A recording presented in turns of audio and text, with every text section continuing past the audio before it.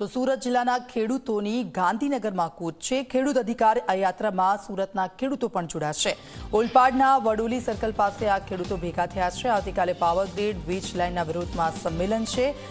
65 tractor અને 100 ગાડીઓ સાથે ખેડૂતો ગાંધીનગર જવા માટે રવાના થયા છે। સુરતના ખેડૂતો પણ આ સંમેલનમાં જોડાવાના છે। ખેડૂત અધિકાર યાત્રામાં સુરતના ખેડૂતો જોડાશે। तो આવતીકાલે પાવર ગ્રીડ વીજ લાઇનમાં વિરોધમાં જોડાશે ખેડૂતો। 65 ટ્રેક્ટર 100 જેટલી ગાડીઓ સાથે ખેડૂતો ગાંધીનગર જવા માટે રવાના થયા છે।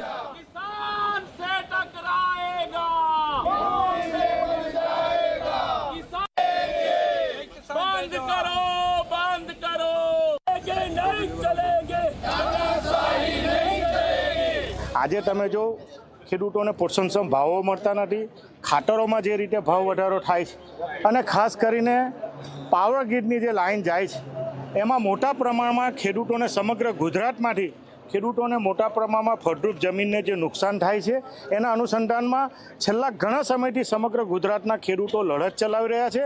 પરંતુ આ ભારતીય જનતા પાર્ટીની સરકાર તંત્રનો ઉપયોગ કરીને, પોલીસનો ઉપયોગ કરીને, સરકારની તાકાતનો ઉપયોગ કરીને કોઈપણ સંજોગોમાં જે ખેડૂતના અધિકાર છે અધિકારીને તોડવાનું કામ કરી રહી છે।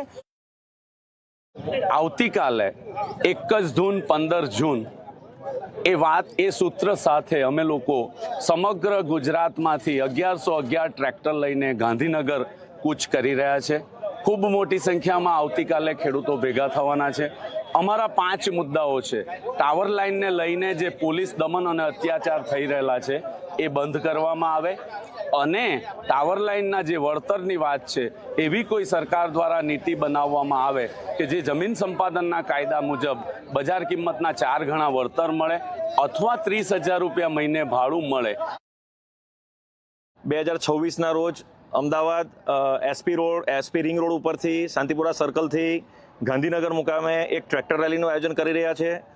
એ ટ્રેક્ટર રેલીમાં ઓછામાં ઓછા 1111 ટ્રેક્ટર ભાગ લેવાના છે અને જેના ભાગરૂપે આજે સુરત જિલ્લામાંથી 65 ટ્રેક્ટર અને 100 ઉપર ગાડીઓ અમદાવાદ એસપી રિંગ રોડ માટે રવાના થઈ રહી છે।